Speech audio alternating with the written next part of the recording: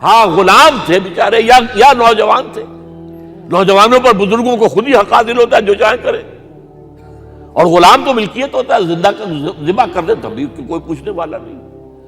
تو جو بیت رہی تھی بلال پر، ابو فقیہ پر، زنیرہ پر، جو ان پر بیت رہی تھی، جو خباب پر بیت رہی تھی، جس طرح ہلاک کیا گیا ہے حضرت سمیہ کو، حضرت یاسر کو، یہ ساری تکلیفیں انہیں بھی تھیں. لیکن کیا اس کا یہ بالواسطہ ایذا محمد کے لیے نہیں تھا صلی اللہ علیہ وسلم.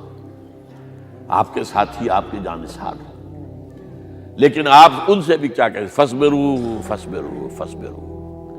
جب ابو جہل بدترین ٹارچر کر رہا تھا حضرت سمیہ اور حضرت یاسر کو رضی اللہ تعالی عنہما، آپ کے علم میں ہے کیسی کیسی ٹارچر کی ہے. جوان بیٹے کو باندھ دیا ایک ستون کے ساتھ، اس کی نگاہوں کے سامنے برہنہ کیا ہے ماں کو.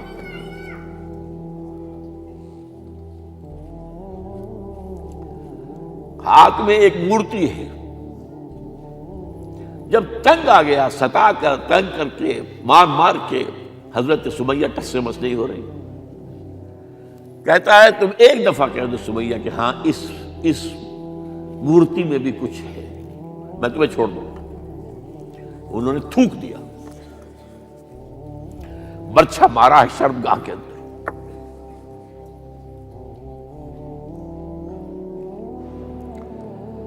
کتنی تکلیف پہنچی ہوگی حضور کو. لیکن آپ گزر رہے، اصبروا یا آل یاسر فإن موعدکم الجنہ. اے یاسر کے گھر والوں صبر کرو، تمہارے استقبال کی تیاریاں ہو رہی ہیں جنت. یہ سیرت کوئی بناتا سناتا ہے؟ یہ سیرت یاسر کے ساتھ کیا کیا ہے؟ 4 اونٹ نر سانڈ، اور ان کے ساتھ رسے باندھ کر ایک رسے سے ان کا ایک بازو باندھا، ایک سے دوسرا بازو، ایک سے ایک ٹانگ، دوسرے سے دوسری ٹانگ. انہیں دوڑایا ہے کہ پرکھتے ہو جیسے قسم کے. یہ دین ایسے ہی قائم نہیں ہوا. عدل و انصاف کا نظام ٹھنڈے ٹھنڈے قائم نہیں ہوتا، گھر میں آرام سے بیٹھے ہوئے قائم نہیں ہوتا. اور سنیے، 3 برس شیب بنی ہاشم کے تو قید ہے. 3 برس. اور یہاں کی قید پر قیاس نہ کریں. یہاں تو جیل میں کھانے کو ملتا ہے، راشن ملتا ہے، جیسا بھی ملتا تو ہے نا. اور لیڈروں کے لیے تو class A class B class ہے. تو ان کا تو لیڈر تو لوگ جب آتے ہیں جیل کاٹ کر معلوم ہوتا ہے کہ شاید کسی صحت افزا مقام سے تشریف لا رہے. وہاں کیا تھا؟ Total boycott. ایک گھاٹی، ادھر پہاڑ ادھر پہاڑ، دونوں طرف جو ہے پہرے. کوئی کھانے پینے کی چیز اندر نہیں جائے گی. اور پورا خاندان بنی ہاشم، وہ بھی کہ جو ایمان نہیں لائے، وہ قبائلی زندگی تھی نا. بنو ہاشم چونکہ حضور کو پشت پناہی چھوڑنے کو تیار نہیں ہوئے، ابو طالب نے آخری وقت تک بھی ساتھ نہیں چھوڑا. ہاں آخری وقت کے قریب ایک بات ہو گئی تھی. ایک مرتبہ تو ہوا کہ وفد آیا ہے قریش کا کہ اپنے بھتیجے کو روک لو، وہ ہمارے معبودوں کی توہین کرتا ہے. ابو طالب نے بلایا اور آپ سے کہا کہ یہ کچھ اپنے رویے کو بدلے. آپ نے فرمایا چچا جان، اب تو چاہیے میرے ایک ہاتھ پر سورج اور دوسرے پر چاند رکھ دے، میں اپنے اس مشن کو چھوڑ نہیں سکتا. یہ ہے استقامت. اور ابو طالب کے عین انتقال کے وقت جو معاملہ ہوا، جب وفد آیا ہے کہ ٹھیک ہے اب ہمارا جو ہے صبر کا پیمانہ لبریز ہو گیا ہے، اب ٹھیک ہے آ جاؤ میدان میں، تم بھی ساتھ چھوڑنے کو تیار نہیں ہو. ابو طالب نے بلایا، بھتیجے مجھ پر اتنا بوجھ نہ ڈالو جو میں برداشت نہ کر سکوں.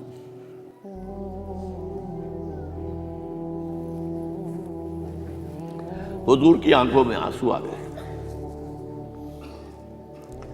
چچا جان اب تو یا یہ بات پوری ہوگی یا میں اپنے آپ کو ختم کر دوں، اسی میں ختم ہو جاؤں.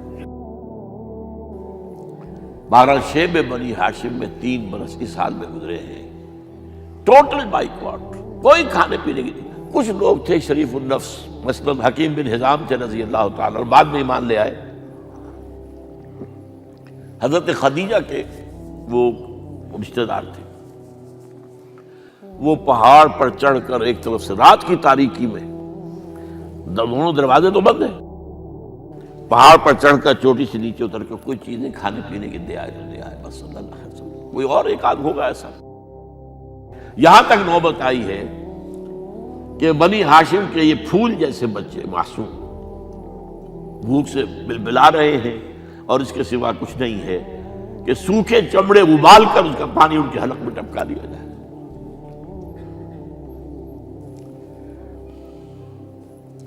اور جو ہوا وادی طائف میں،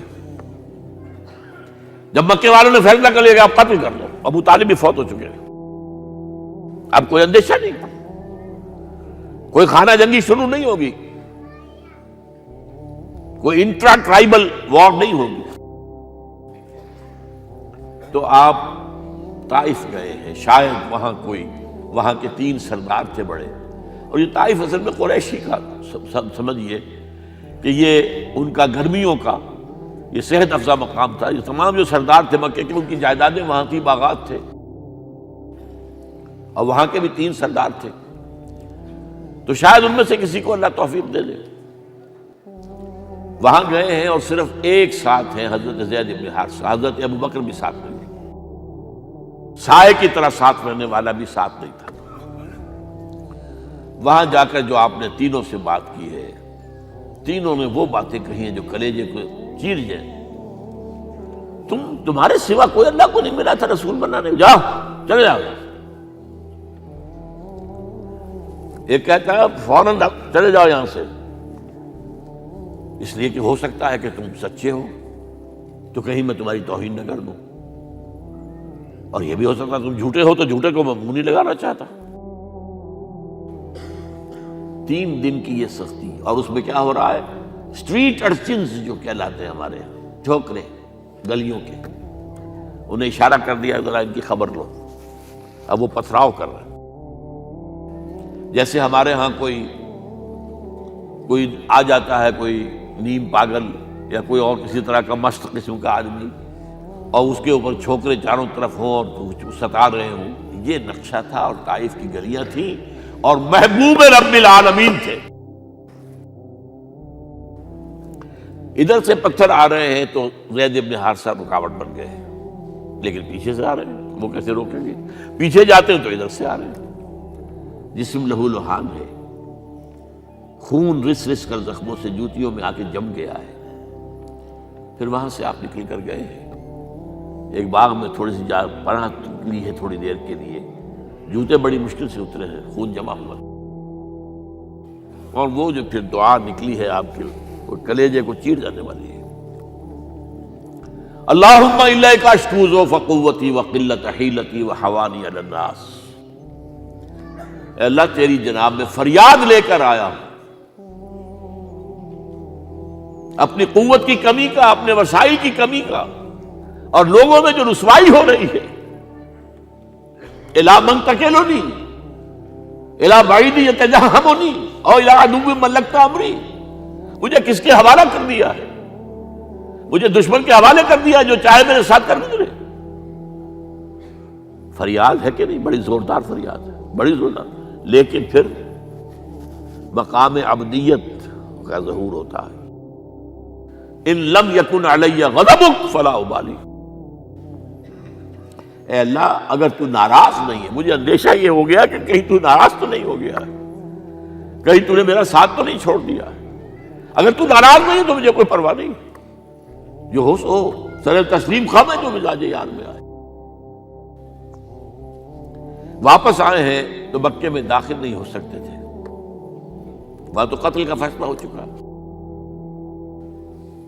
باہر ہی آپ نے ڈیرا لگایا، زید بن حارثہ کو بھیجا، فلاں شخص کے پاس جاؤ کہ تم اگر امان میں لے لو محمد کو تو محمد آ جائیں، تمہیں تو میری یہ پوزیشن نہیں ہے، میں قریش کے مقابلے میں امان نہیں دے سکتا۔ دوسرے کے پاس بھیجا، اس نے بھی کچھ ایسے جواب دے دیا۔ تیسرے کے پاس جب گئے حضرت زید، مطعم بن عدی، اس نے کہا ٹھیک ہے، میں امان دیتا ہوں محمد کو، وہ آ جائے مکے میں۔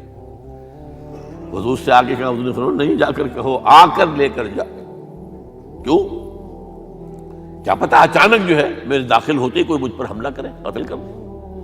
وہ تو یہ کہہ سکے کہ ہمیں کیا پتا تھا کہ مطعم نے جو ہے امان دی ہے، I never knew it۔ اب یہ قبیلے کے اندر یہ ہوتا تھا کہ ایک نے امان دے دی، سب کی طرف سے امان۔ لہذا حضور نے فرمایا آ کر لے کر جاؤ۔ وہ اپنے 6 بیٹوں کو ہتھیار سجا کر لے کر آیا ہے اور پھر لے کر گیا حضور کو، کہتا ہوا گزر رہا ہے راستے میں، لوگوں سن لو محمد میری امان میں ہے صلی اللہ علیہ وسلم۔ اس لیے آپ کو مکے کے اندر پھر 2-2.5 سال مزید رہنے کا موقع ملا ہے، اور اتنا بڑا احسان آپ نے مانا پھر مطعم بن عدی کا کہ غزوہ بدر میں جب 70 اسیر تھے قریش کے حضور کے پاس، تو آپ نے فرمایا تھا کہ اگر آج مطعم زندہ ہوتا اور وہ سفارش کرتا تو میں ان سب کو چھوڑ دیتا بغیر کسی فدیے کے۔ بہرحال یہ چند باتیں میں نے آپ کو بتائی، باقی تو یہ کہ غار ثور ہے کیسی کیسی، اور پھر غزوہ بدر سے پہلے کی رات ہے، اور وہ آپ کا زندگی کا طویل ترین سجدہ ہے اس میں، جہاں تک یہ الفاظ بھی آپ نے کہہ دیا، اللہ اگر کل یہ جو 313 یہاں جمع ہیں اگر یہ ختم ہو گئے تو پھر قیامت تک تیرا نام لینے والا کوئی نہیں ہوگا، میں آخری رسول اور میری یہ 15 برس کی کمائی ہے۔ اس پر کہا حضرت ابوبکر نے، وہ پہردار کی حیثیت سے کھڑے تھے، کہ حسبک حسبک حضور بس کیجئے بس کیجئے۔ بہرحال بدر ہے، احد ہے، زخمی ہوئے ہیں، دندان مبارک شہید ہوئے ہیں، خون اتنا بہا ہے کہ بے ہوش ہو گئے ہیں، اور خبر اڑ گئی ہے کہ آپ شہید ہو گئے۔ یہ سب کچھ، اور سب سے بڑھ کر حمزہ کی لاش سامنے آئی۔ کیسی لاش؟ ناک کٹی ہوئی ہے، کان کٹے ہوئے ہیں، پیٹ چاک کر کے کلیجہ چبایا ہوا ہے۔ کس طرح برداشت کیا ہوگا آپ نے؟ اپنے اوپر طاری کر کے دیکھیں، یہ حمزہ کون ہے؟ چچا ہے، دودھ شریک بھائی ہے، خالہ داد بھائی ہے، ساتھ کا کھیلا ہوا ہمجولی ہے، اور اس کی لاش ہے۔ جو قلب اطہر پر بیت رہی تھی وہ مدینے میں آ کر ایک بڑا ماحول بدلا ہوا تھا، تب وہ بات سامنے آ گئی۔ جب آپ مدینے واپس تشریف لائے ہیں تو ظاہر بات ہے کہ زیادہ انصار کے لوگ تھے جو شہید ہوئے تھے۔ بدر میں مہاجرین تو میرے خیال 1/4 تھے نمبر کے اندر، 3/4 تو انصاری تھے۔ اسی طریقے سے احد کے اندر معاملہ ہے، تو مختلف گھروں سے عورتوں کے بین کرنے کی آوازیں آ رہی تھی، اس لیے کہ اس وقت تک بین کرنا حرام نہیں قرار دیا گیا تھا، ممنوع نہیں تھا۔ آوازیں سن کر حضور کی زبان مبارک سے نکل گیا، اما حمزہ تو فلا بواکی لہو، ہائے حمزہ کے لیے تو کوئی رونے والی بھی نہیں ہے۔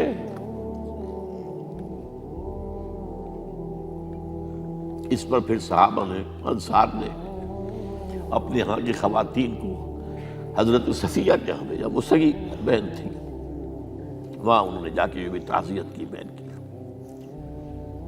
غزوہ احزاب کا آپ نے سنی لیا،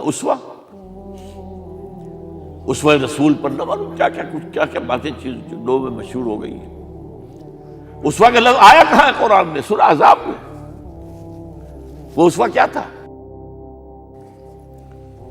جب خندق کھودنے کا فیصلہ ہوا ہے تو خندق کھود رہی ہے، حضور بھی لگے ہوئے ہیں، بھاری بھاری پتھر اٹھا کر کندھے پر لا کر باہر پھینک رہے ہیں، پتھریلی زمین تھی، ایک پتھر کسی سے ٹوٹا نہیں تھا، تو حضور نے جو ہے 3 دفعہ جو اس کے اوپر ضرب لگائی تب ٹوٹا ہے۔ لیکن یہ کہ کئی دن کے فاقے ہو چکے تھے، کھانے کو کچھ نہیں، پورا محاصرہ تھا، 12,000 کا لشکر گھیرے ہوئے، یہاں تک کہ آپ کو معلوم ہے کہ گھروں کے اندر بیت الخلا تو نہیں ہوتے، باہر جاتے تھے قضاء، اس کا کوئی امکان نہیں۔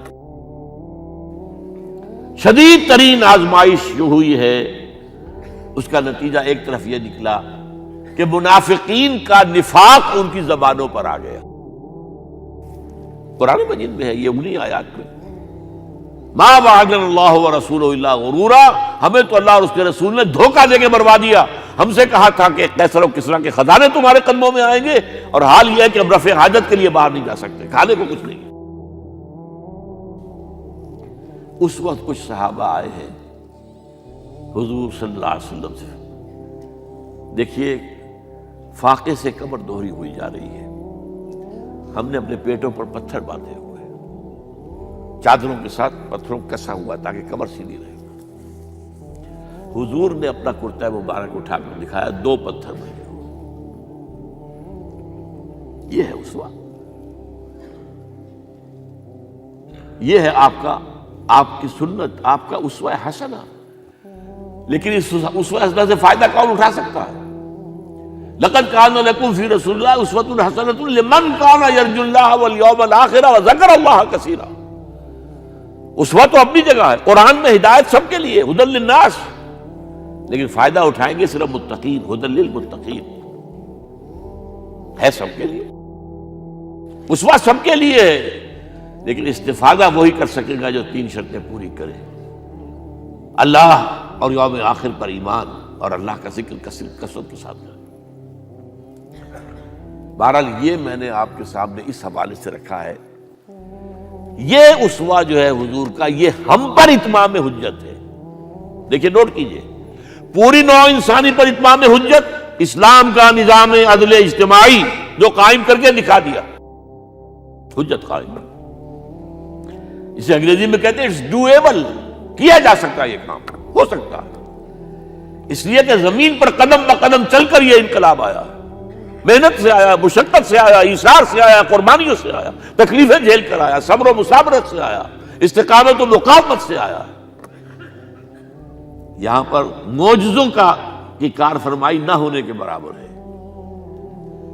یہاں دھوپ سے بچانے کے لیے کوئی اللہ نے صاحبان نہیں دیا، ظل اللہ علیکم الغمام، اور بھوک سے بچانے کے لیے من و سلوہ نازل نہیں ہوئے۔